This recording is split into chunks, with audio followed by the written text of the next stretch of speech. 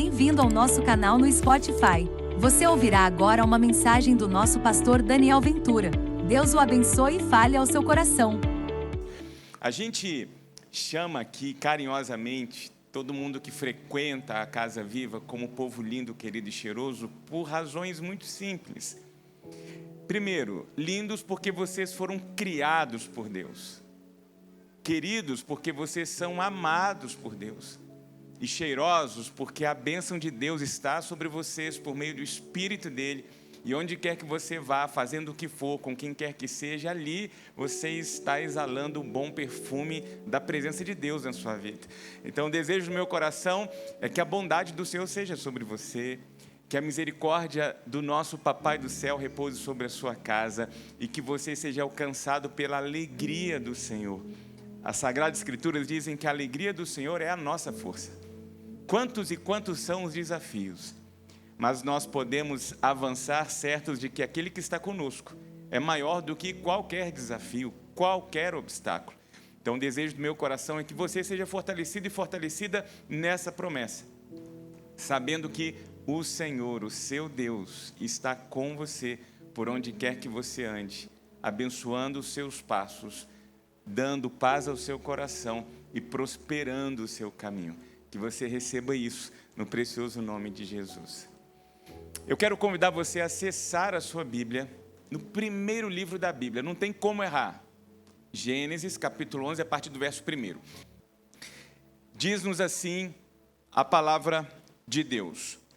No mundo todo, havia apenas uma língua, um só modo de falar. Saindo os homens do Oriente, encontraram uma planície em Sinear e ali se fixaram. Disseram uns aos outros: vamos fazer tijolos e queimá-los bem. Usavam tijolos em lugar de pedra e piche em vez de argamassa. Depois disseram: vamos construir uma cidade com uma torre que alcance os céus. Assim o nosso nome será famoso e não seremos espalhados pela face da terra. O Senhor desceu para ver a cidade e a torre que os homens estavam construindo.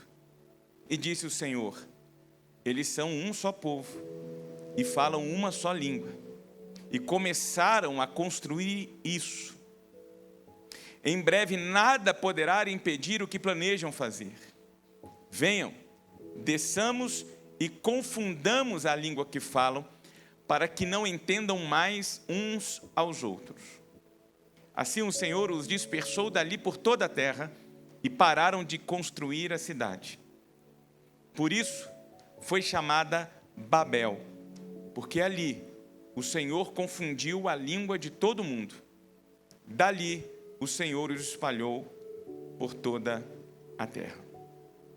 Que Deus nos abençoe na sua palavra. Algo que eu já disse aqui e preciso relembrar é que quando nós lemos as Sagradas Escrituras, nós precisamos, de forma muito cuidadosa e responsável, entender que o que nos importa, o que nos interessa, não é necessariamente o que está escrito. O que de fato é palavra de Deus para nós, princípios para as nossas vidas, está por detrás da letra.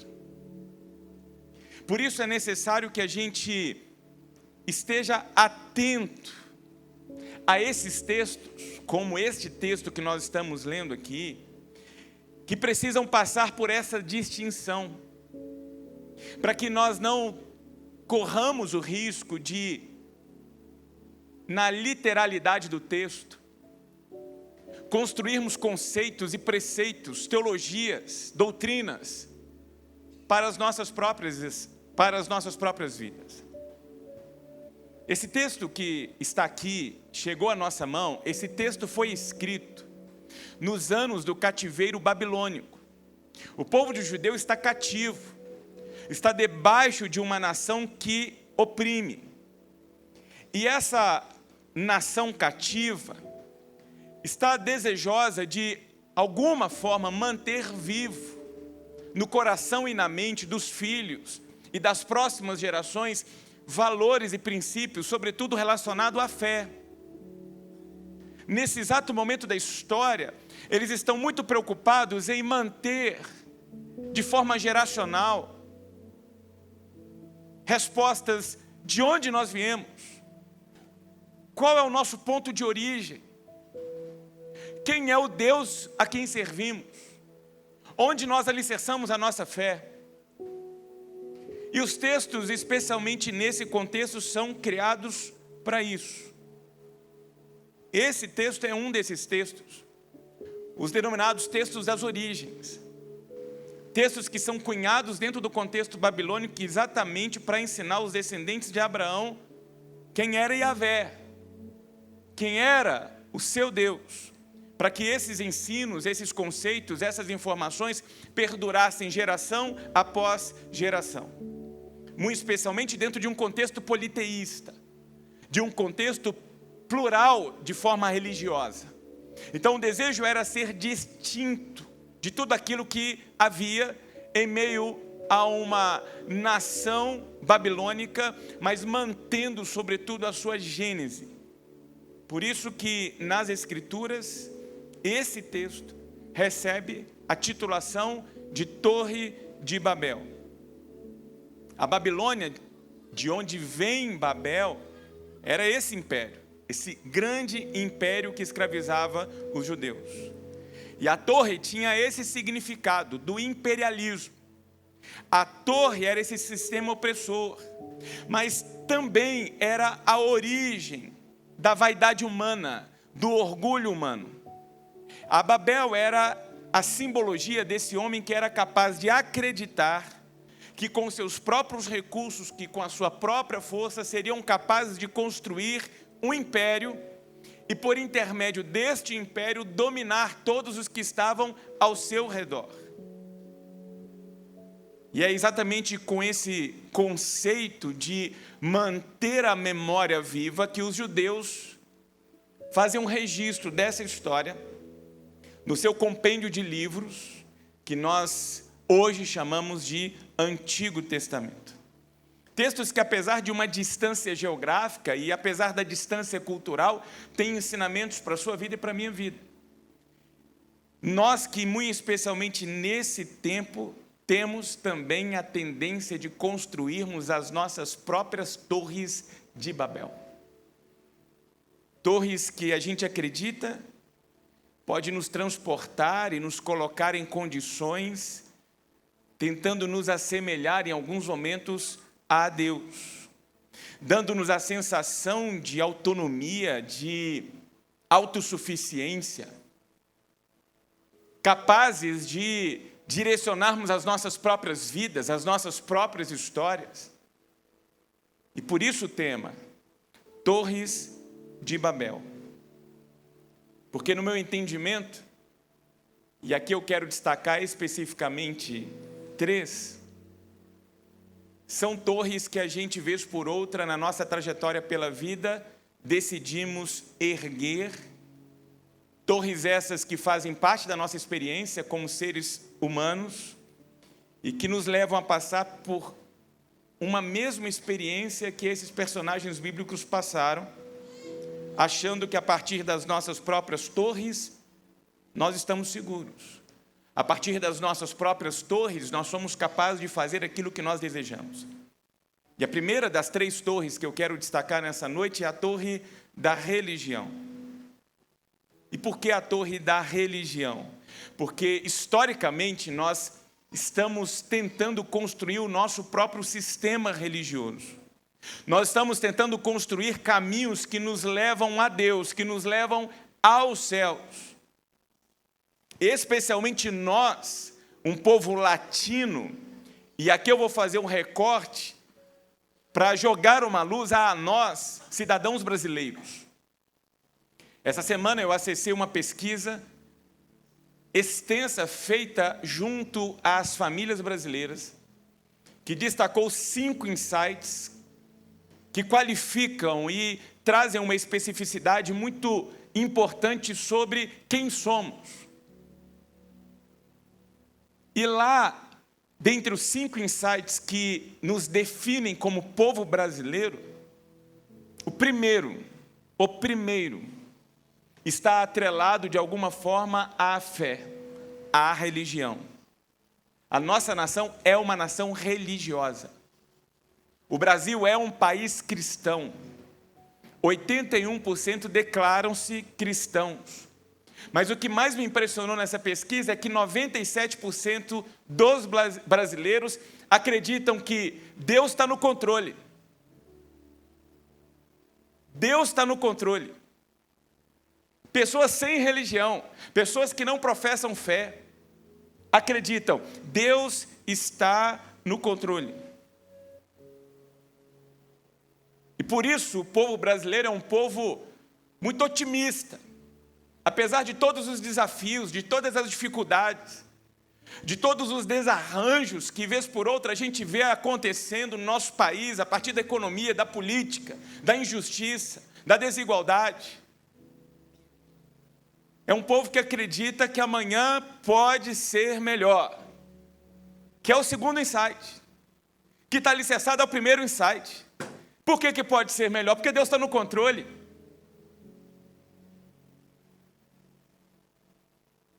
O problema é que nessa trajetória de fé, nessa trajetória de declaração pública de que nós acreditamos que Deus está no controle, é que nós vamos, na verdade, tentando construir esse Deus.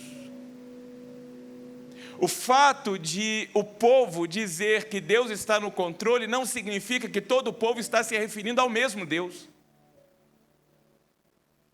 Muito desse conceito de Deus nasce da expectativa e da ideia de que esse Deus seja feito à nossa imagem e à nossa semelhança.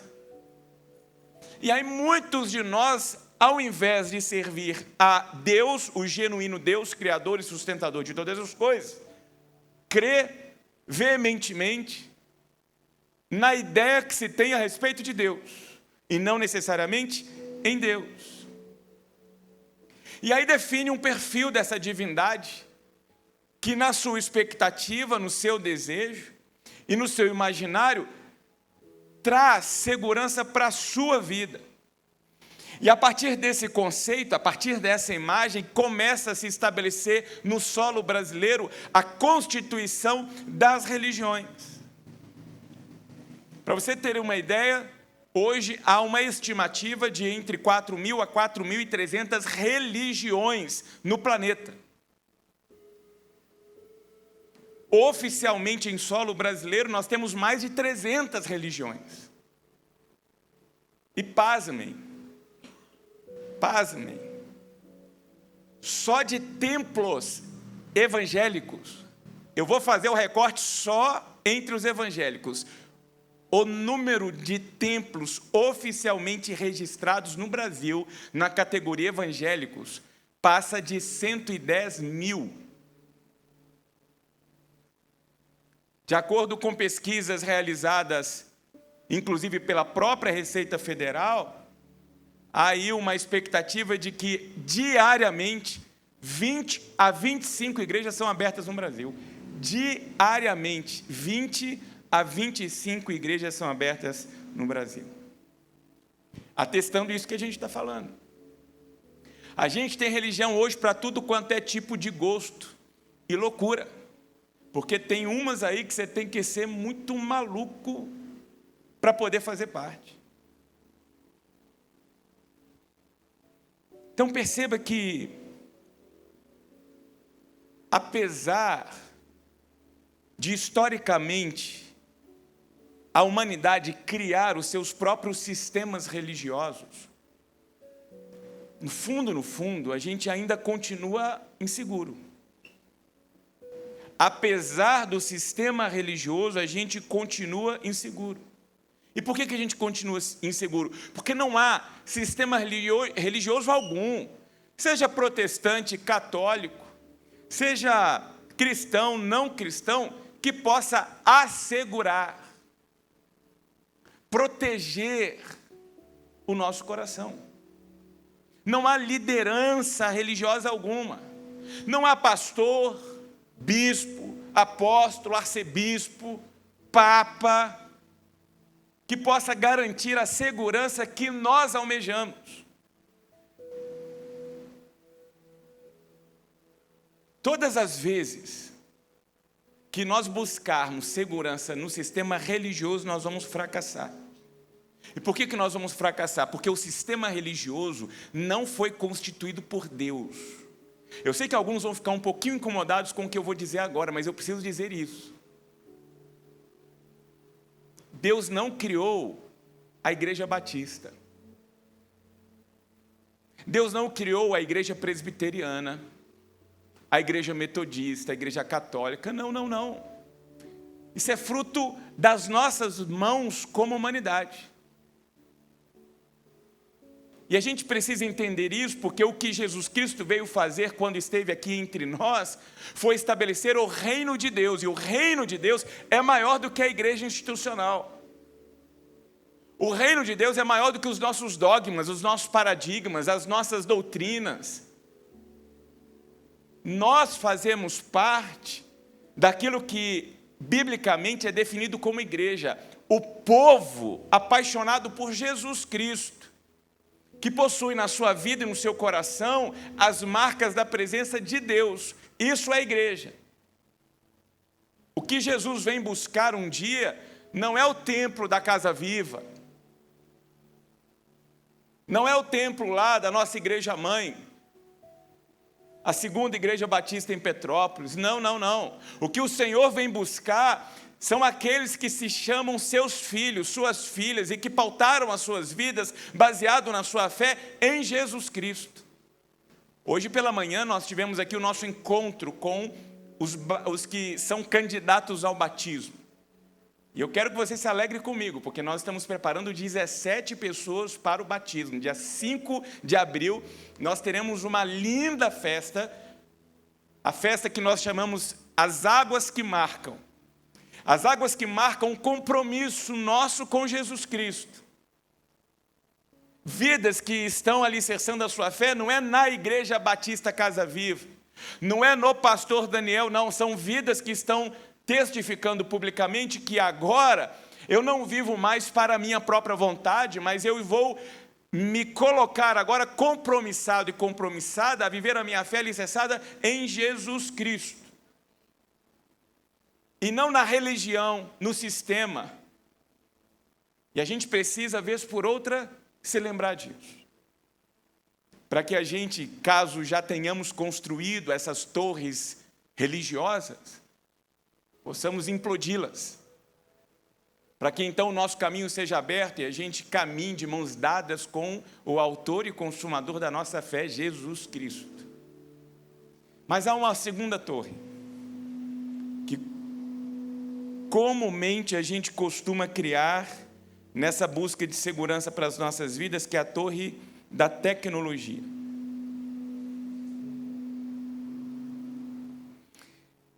E olha como a gente está avançando nesse negócio chamado tecnologia. Para onde a gente olha, a coisa está dando saltos. Não está dando sequer para acompanhar. Ontem eu dava uma palestra para um grupo de executivos falando sobre liderança disruptiva, e eu falava lá sobre o contexto tecnológico, e fui lá fazer meu dever de casa, fui lá estudar. Eu acompanho uma universidade americana que faz previsões dos avanços tecnológicos, e tem coisas lá que a gente fala, tem gente que fala assim, gente, Jesus vai voltar antes. E o pessoal falou assim, Jesus tem que voltar antes, né? A turma fala assim, Alexa, tocar a última trombeta para Jesus voltar. Porque o negócio está fazendo apontamentos para nós. 2024 agora, a Neuralink do Elon Musk conseguiu com sucesso implantar um chip no cérebro. E a pessoa que até então estava restrita a movimentos motores, porque não anda, era um tetraplégico, não move os braços, agora pode, pela força do pensamento, fazer um cursor de mouse, mexer e as teclas do visor digitar. E a previsão é que até o ano de 2045, gente, 2045 está ali na esquina. Nós vamos chegar a uma condição e uma competência. Quem assistiu lá o filme Matrix vai se lembrar disso. Está o Neo chegando no terraço de um prédio, tem um helicóptero, estão fugindo. E agora, que a gente não sabe pilotar helicóptero, o que a gente faz? Aí a mulher que está lá com ele fala assim, calma aí. Aí faz um download em 3 segundos e aprende a pilotar um helicóptero e entra. E não adianta fazer sinal da cruz, bater na madeira, falar está amarrado, porque está acontecendo, gente. Tanto está acontecendo, quer ver uma coisa? Quem se lembra aqui do orelhão? Quem namorou com ficha de telefone aí? Ô, glória! Aquele negócio não era de Deus. Interurbano, então, você colocava, quanto mais apaixonado você era, parecia que o inimigo sabia, ia derrubando as fichas, uma atrás da outra. Era desse jeito. Quem passou por essa fase tem amor genuíno, real mesmo. E aí, se a gente quisesse atender o telefone na nossa casa, a gente tinha que sair correndo, porque tem uma geração que não sabe o que é isso, não. E você tinha que ir para uma parede falar, porque o telefone ficava grudado na parede. Até que surgiu o tal e bendito e maravilhoso telefone. Alguém sabe mais ou menos quantos anos o telefone sem fio chegou no Brasil? Chuta aí. Gente, 33 anos. Foi ali, ó. 33 anos. E se alguém há 50 anos, irmão Lélio, lembra lá, há 50 anos, volta aí 50 anos, se alguém dissesse assim para o senhor, vai ter um aparelho que o senhor vai andar para qualquer lugar do planeta e o senhor vai falar de graça com qualquer pessoa enxergando essa pessoa, o senhor ia acreditar? Jamais. Jamais. Como assim? Eu lembro, eu trabalhava numa companhia de telecomunicação, eu vi, Leandro, chegar a primeira mensagem de SMS no solo brasileiro. Eu vi, eu estava na sala. A minha mente bugou, deu tela azul. Pã! Que eu falei assim, como assim? De onde veio esse negócio? Como que chegou aqui? Como que alguém digitou um texto num lugar, isso passou por onde? E se apresentou do outro lado por meio de caracteres. E aí a gente vai hoje contemplando a nossa competência tecnológica, que está sim contribuindo para os nossos avanços. Tanto que a expectativa de vida para mais 30 anos aí, 25 anos, é de chegar à população humana, especialmente os do primeiro mundo, a 100 anos fácil. Fácil. O que era inadmissível a outro dia. Lembra lá quando foi constituído a nossa Constituição Federal? Em 1900 e... Vamos lá, gente, história. 1988. Aí tem uma lei na nossa Constituição, que ela faz um apontamento sobre o idoso. Quem era o idoso em 88? Quem tinha 60 anos. Por quê? Porque a expectativa de vida em 88 era de 65. Aí você tinha a vaga do idoso. Aquela vaga azul é para quem tem 60 a mais. Hoje, quem tem 60 a mais de verdade é idoso? Não, gente. Ontem eu estava sendo ministrado por um pastor de 91 anos. 91 anos. Pastor Irlando Pereira de Azevedo, uma mente brilhante. Aí eu fui almoçar com ele, eu passei vergonha. Cristian, eu passei vergonha. Sabe o que ele veio falar para mim? Daniel, eu quero que você seja o meu mentor, porque eu quero gravar alguns vídeos para me comunicar com o oriental, especialmente Coreia do Sul e Japão. E eu quero, por meio da inteligência artificial, poder falar e eles entenderem, porque ele tem um cabelo branquinho, o povo oriental respeita os de clã branca. Então eu quero aproveitar o conceito do respeito do oriental para aquele que tem a expressão da experiência e apresentar Jesus Cristo para eles. Gente, ele podia estar de pijama em casa tomando sopa. E ele, aos 91 anos, está pensando em procurar alguém para ser o tutor, o mentor. Por quê? Porque ele está antenado. A mente dele parece uma mente de um jovem de 30, 40 anos. Enquanto tem uns de 30 e 40 anos hoje que parece que tem 198 anos. Está aí. Está aí. A tecnologia dizendo, vamos passar de 100 anos. Só que essa mesma tecnologia, que é capaz de fazer diagnósticos, de propor tratamentos, foi a mesma tecnologia que produziu as câmaras de gás nazistas. Olha, a mesma inteligência, o mesmo produto, assim como a mesma medicina que é capaz de produzir vida. E como avançou, quantas e quantas mulheres morreram na história por simplesmente não receber um diagnóstico do tamanho fetal para avaliar se tinha competência e condições de a mãe realizar um parto normal. Hoje não, hoje você vai lá no consultório, faz um diagnóstico por imagem e o médico vai dizer, olha, tem que ser por cesárea. E essa mesma medicina que dá a vida, que promove condições para que as mulheres hoje, de forma segura, entrem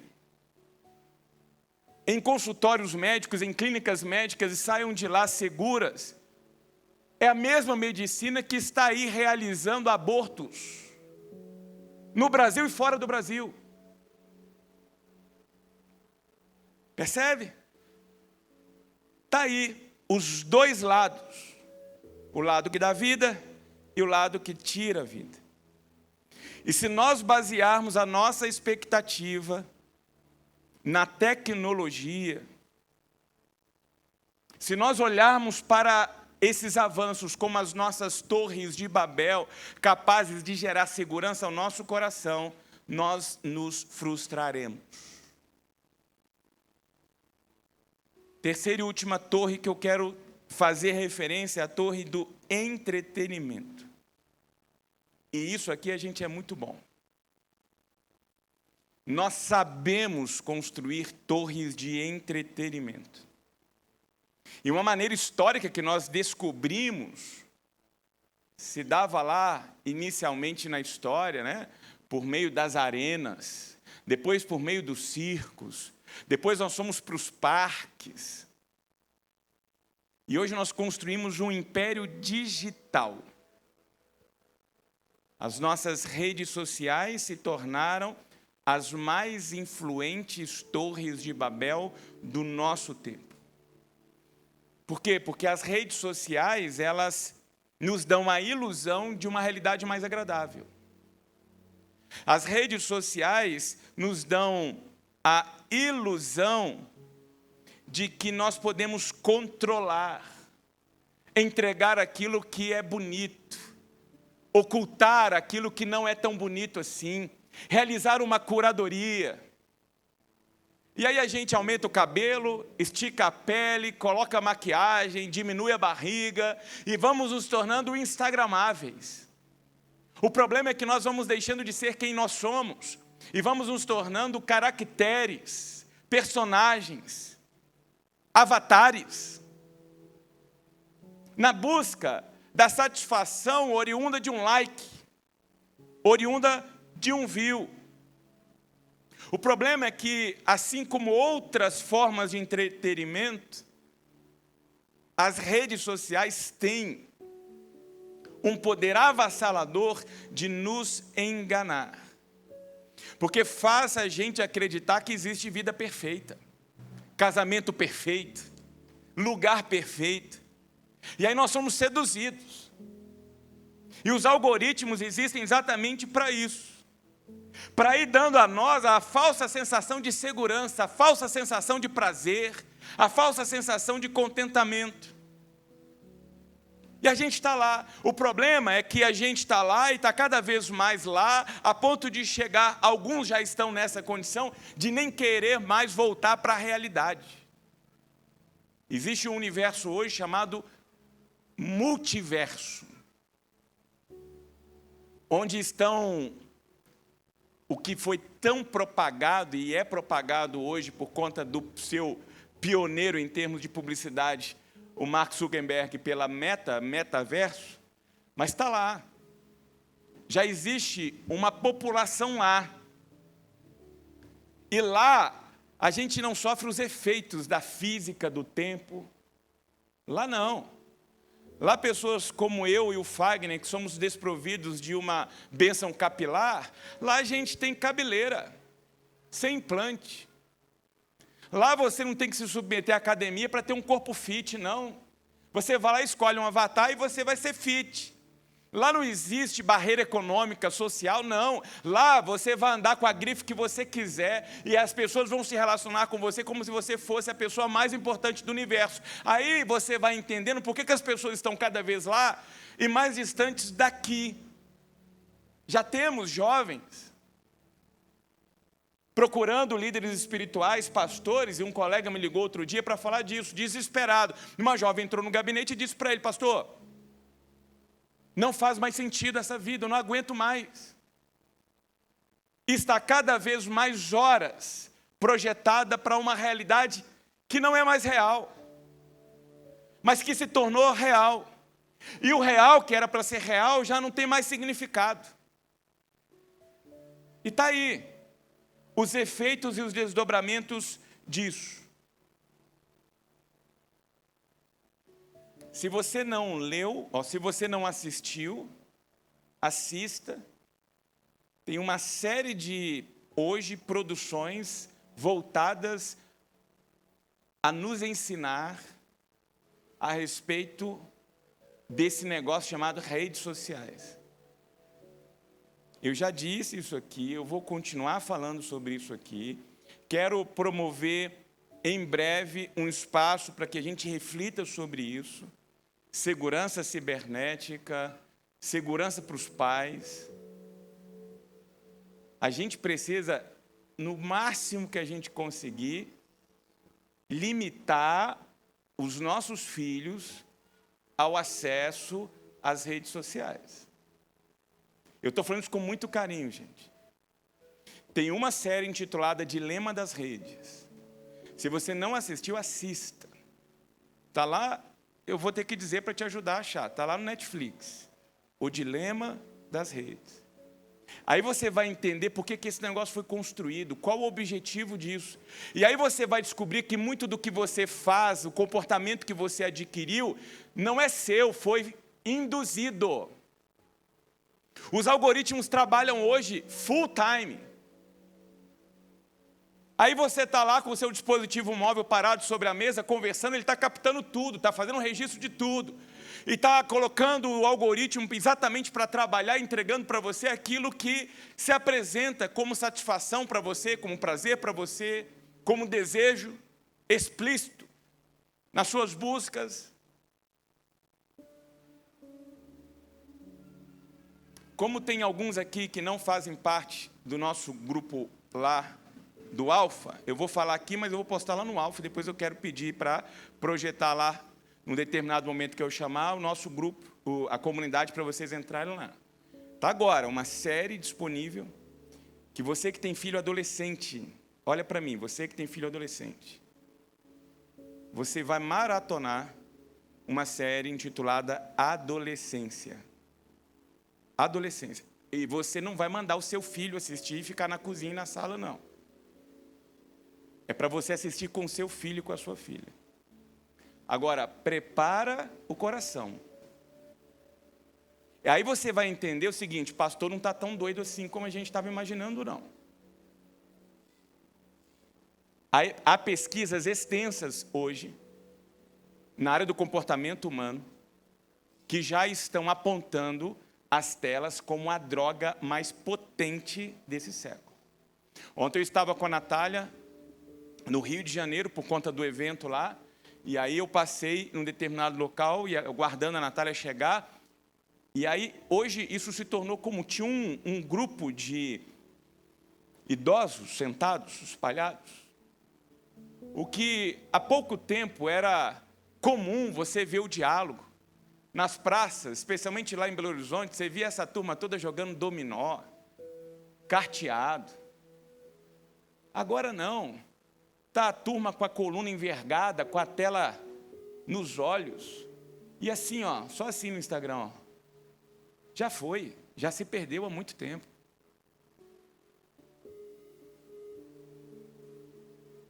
E essa torre, assim como as demais, vai mostrar para nós o seguinte: não adianta tentar fugir da realidade.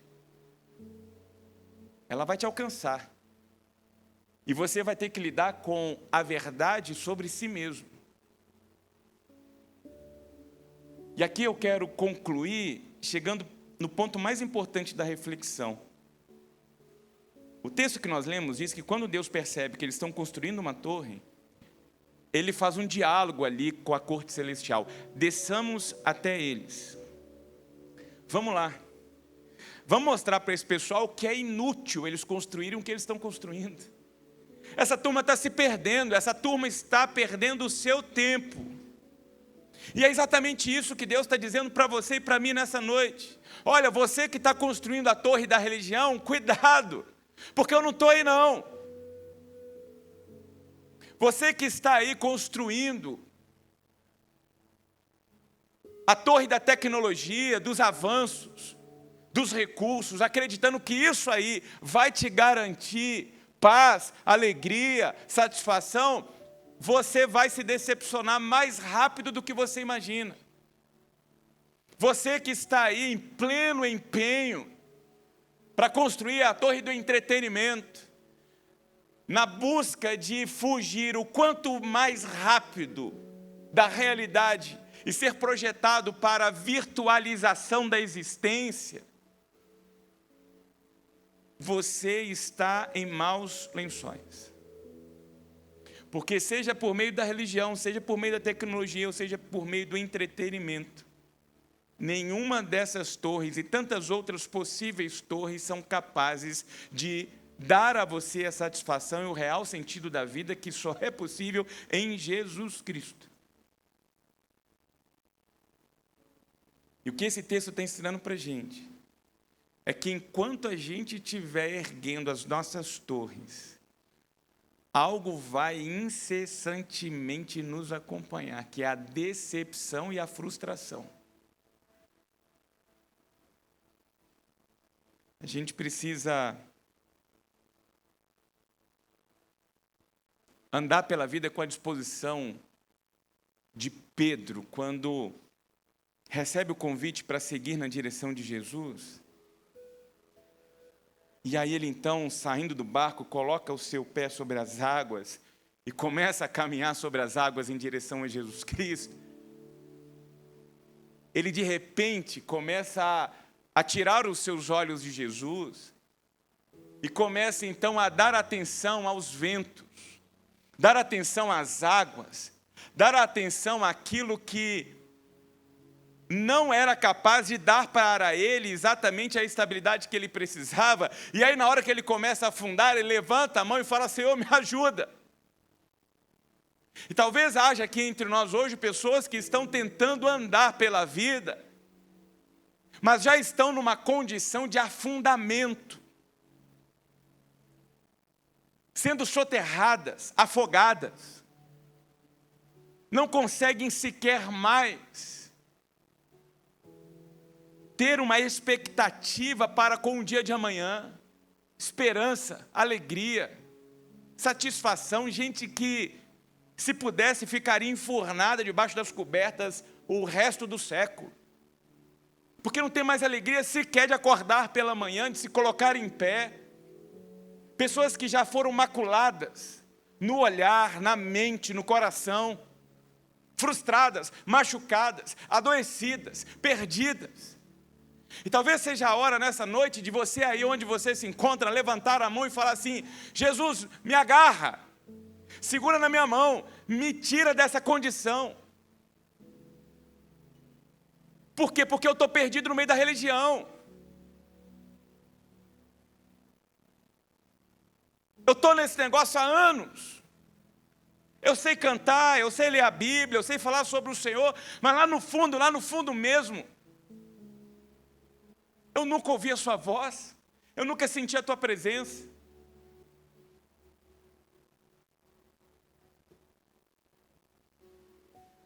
Eu que estou hoje colocando as minhas expectativas nesse mundo, nesse sistema, no emprego, no trabalho, no patrão, na empresa, confiando no governo, confiando no partido, confiando no fulano, no cicrano, no meu cônjuge, no meu filho. Ou então já perdido e tentando se refugiar em outras torres. A gente falou aqui da torre do entretenimento, mas tem a torre dos vícios. Gente viciada no trabalho. Gente viciada no trabalho. Eu falei isso hoje pela manhã. Depois acessa lá o nosso canal no Spotify e vai lá acompanhar a série Surpreendidos por Deus. Uma pessoa que no momento bom da vida precisou ser surpreendido por Deus. Porque descobriu que aquilo que aparentemente era bom não era suficiente. Mas tem gente que está lá construindo a sua torre, o seu império, baseado e confiando na sua conta bancária, confiando na sua inteligência, na sua competência. E olha, gente, nós já deveríamos ter aprendido isso. Nós somos a geração pandêmica. Não teve dinheiro, não teve influência, não teve competência, não teve diploma, não teve credencial, não teve condecoração, não teve nada suficiente para manter pessoas sobre a face da terra vivos, enquanto estavam lá lutando para respirar, para se manterem vivos. E aí muitos, e aqui eu vou falar de mim, mas muitos nutrimos no coração a expectativa e a esperança, não, agora vai ser diferente. E aí depois do mundo tentar se manter vivo, vai um maluco e começa uma guerra. E a gente continua com as nossas guerras. Pastor Juan, lá da PIB de BH, esteve conosco aqui, falando para a nossa liderança há algumas semanas. Estava ontem voltando para casa. 15 carros da polícia numa perseguição cinematográfica com helicóptero e tudo mais. Um carro em altíssima velocidade com bandidos armados. Se chocou com o carro do pastor Juan, capotou o carro lá do bandido. Uma confusão. Insegurança. Insegurança. Eu falei para vocês, Natal de 2023, o cunhado de um pastor amigo meu, passando por um bairro no Rio de Janeiro, 12h40, do dia 24 de dezembro.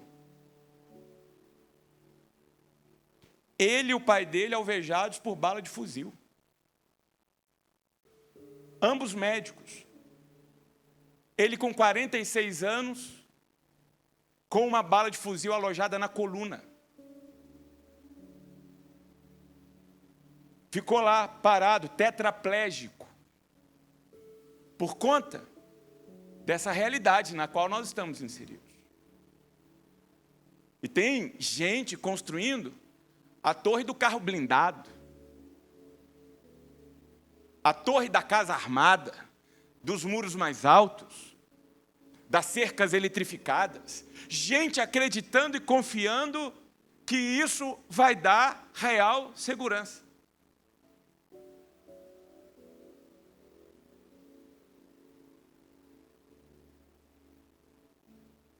A gente precisa, no meio de tudo isso, assumir a nossa humanidade, a nossa fraqueza, a nossa incompetência. E levantar e erguer as nossas mãos e dizer assim: Senhor, me ajuda. O Senhor que é capaz de andar por sobre as águas e tem poder de dominar a fúria dos ventos, segura na minha mão. Porque eu sei que o Senhor é um Deus que não afunda, que não sucumbe, que não cochila, que não vacila. Eu preciso agarrar a minha mão na mão do Senhor. O Senhor que está atento às nossas necessidades e de braços abertos declarando: venham a mim vocês que estão cansados, vocês que não estão aguentando mais essa realidade, vocês que estão sobrecarregados, vocês que estão aí já com um diagnóstico de burnout, de estresse, de depressão, vocês que estão aprendendo as duras penas, que vocês não são vocês não são super homens, vocês não são super mulheres, vocês não são super pais, vocês não são super mães, não são.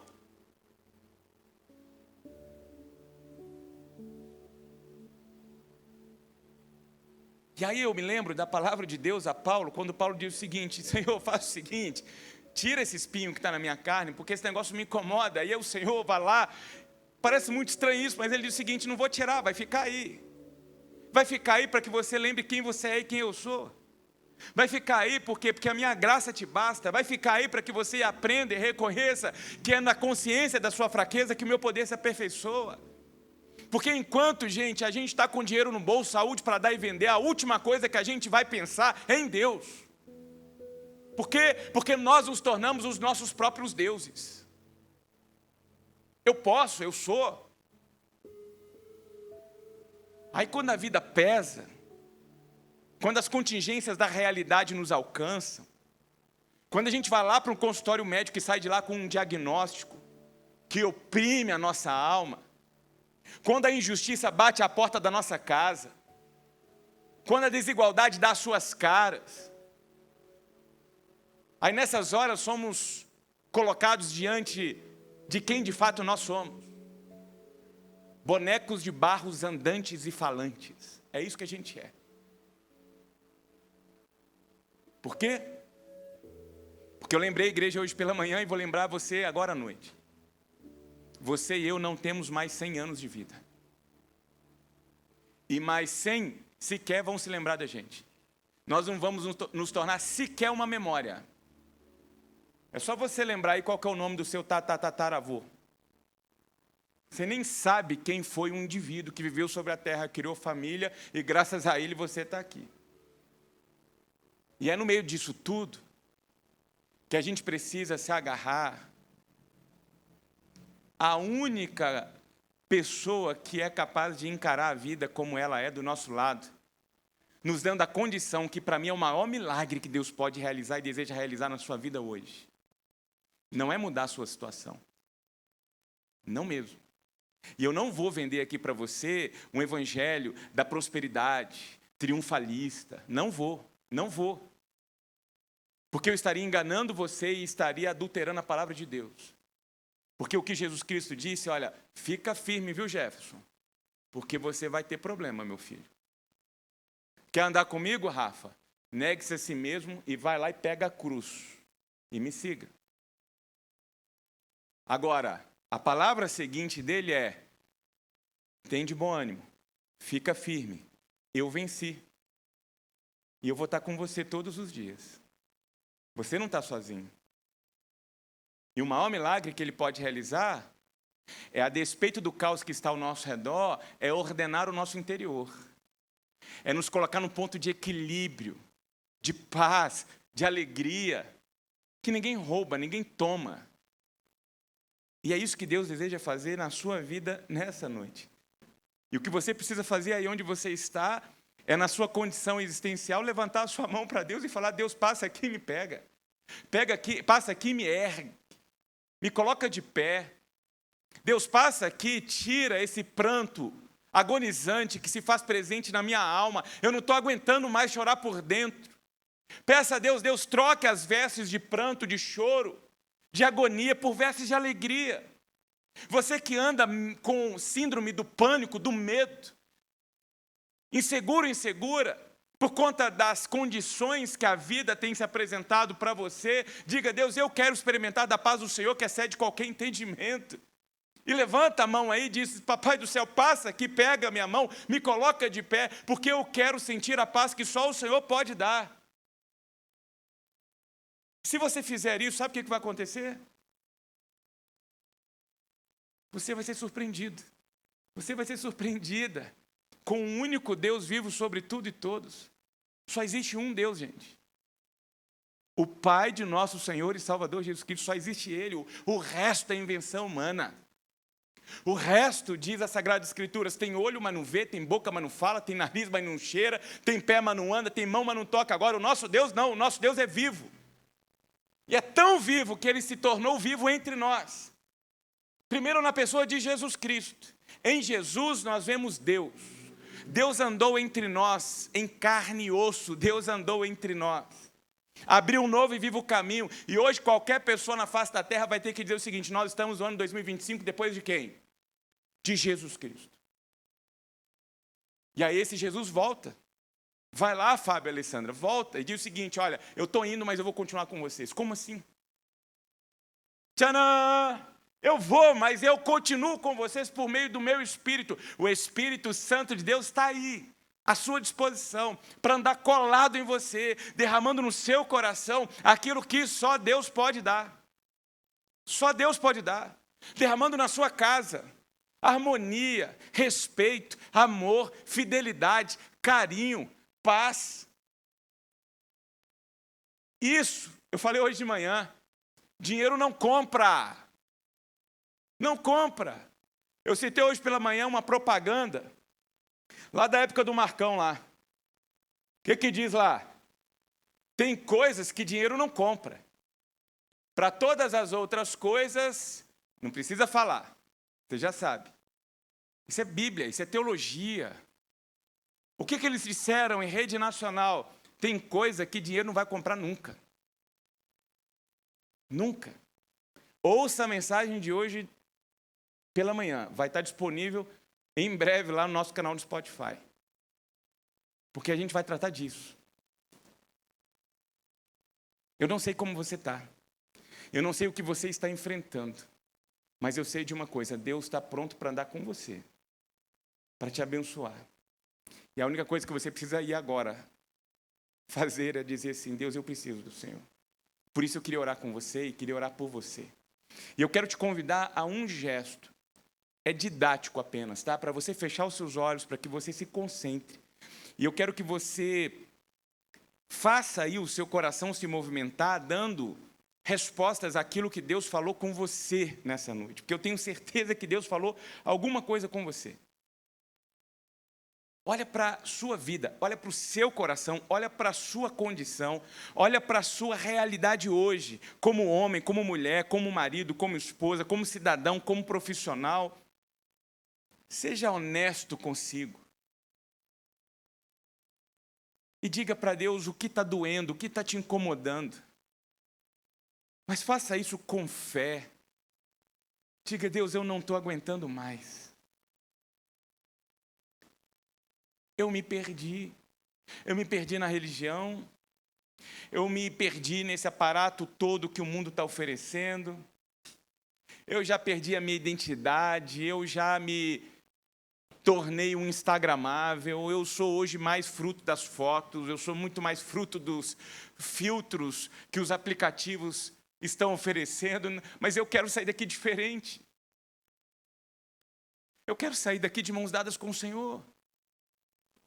Eu quero sair daqui para ser surpreendido pelo Senhor, pelo cuidado do Senhor, pelo amor do Senhor, pela paz do Senhor, pela alegria do Senhor.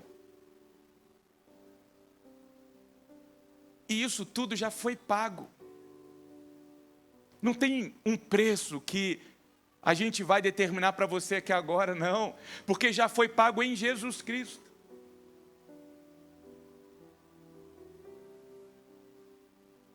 Jesus já pagou o preço de vir aqui entre nós e sofrer no nosso lugar, para que por meio da vida dele nós pudéssemos genuinamente ter uma vida repleta de significado. E se esse é o desejo do seu coração, peça aí: Deus, eu quero ter um casamento repleto de significado. Deus, eu quero ter uma família que seja marcada pela paz, pela alegria, pela harmonia. Diga: Deus, eu quero ser um profissional que honre o Senhor. Eu quero ser um homem segundo o teu coração, eu quero ser uma mulher segundo o teu coração, eu quero viver uma vida que prioritariamente agrade o coração do Senhor. E se tem alguma coisa que você precisa colocar agora diante de Deus, porque você não está suportando mais isso na sua vida, coloca aí e diga: Deus, eu estou entregando nas suas mãos. Me ajude a lidar com isso, a tratar isso aqui. Talvez perdão, talvez pecado, talvez vício, talvez a arrogância, talvez o medo, talvez a depressão, talvez uma enfermidade emocional. Coloque isso diante de Deus e diga: Deus, me ajuda. Levante a sua mão aí e diga para Deus: Deus, vem aqui e me coloca de pé. Eu quero andar de mãos dadas com o Senhor, porque eu quero trilhar novos caminhos. Eu quero avistar novos horizontes. Eu quero viver a vida que o Senhor tem reservado para mim.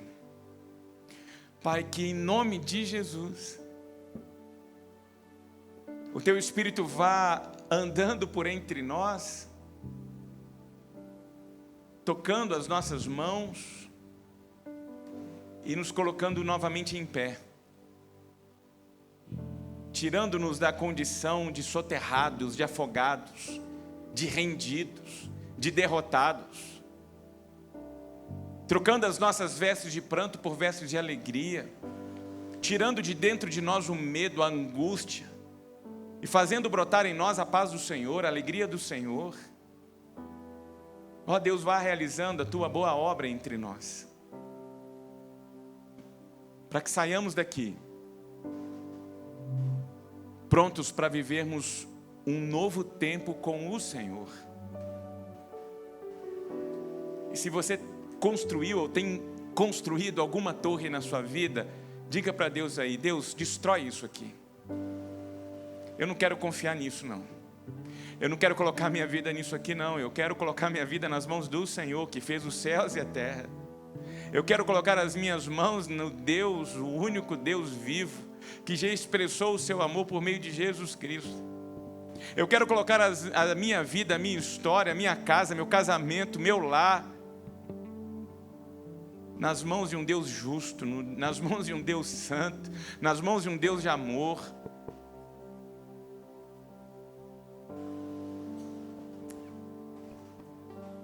Deus, que em nome de Jesus, hoje seja o primeiro dia do resto das nossas vidas, para vivermos o extraordinário do Senhor com o Senhor. E que ao nos levantarmos e sairmos desse ambiente, nós tenhamos a convicção e a segurança de que o Senhor está conosco. E não há nada nem ninguém capaz de tirar de nós o amor do Senhor, revelado por Jesus Cristo a nós. E que esse amor nos fortaleça. E que esse amor amanhã, ao nos colocar em pé, em plena segunda-feira, para vivermos a vida, faça brotar nos nossos lábios um belo e lindo sorriso. Faça gerar no nosso coração esperança, satisfação, contentamento, a ponto de já amanhecermos dizendo: obrigado, Senhor. Obrigado, obrigado pelo sol, obrigado pelo oxigênio, obrigado por conseguir sair da cama, obrigado por andar, obrigado por ter um emprego para onde ir, obrigado por ter uma casa, obrigado por ter um pão sobre a mesa, obrigado, ó Deus. E são tantas e tantas e tantas as razões para a gente dizer para o Senhor obrigado, que eu vou ter que passar bons dias dizendo o dia todo obrigado, obrigado. Dá a nós, ó Deus, esse senso de gratidão por tanta coisa linda que o Senhor está fazendo em nós, entre nós e através de nós. É o que eu oro, é o que eu desejo para a vida, para a história de cada um dos seus filhos e das suas filhas aqui nessa noite. Em nome de Jesus. Amém e amém.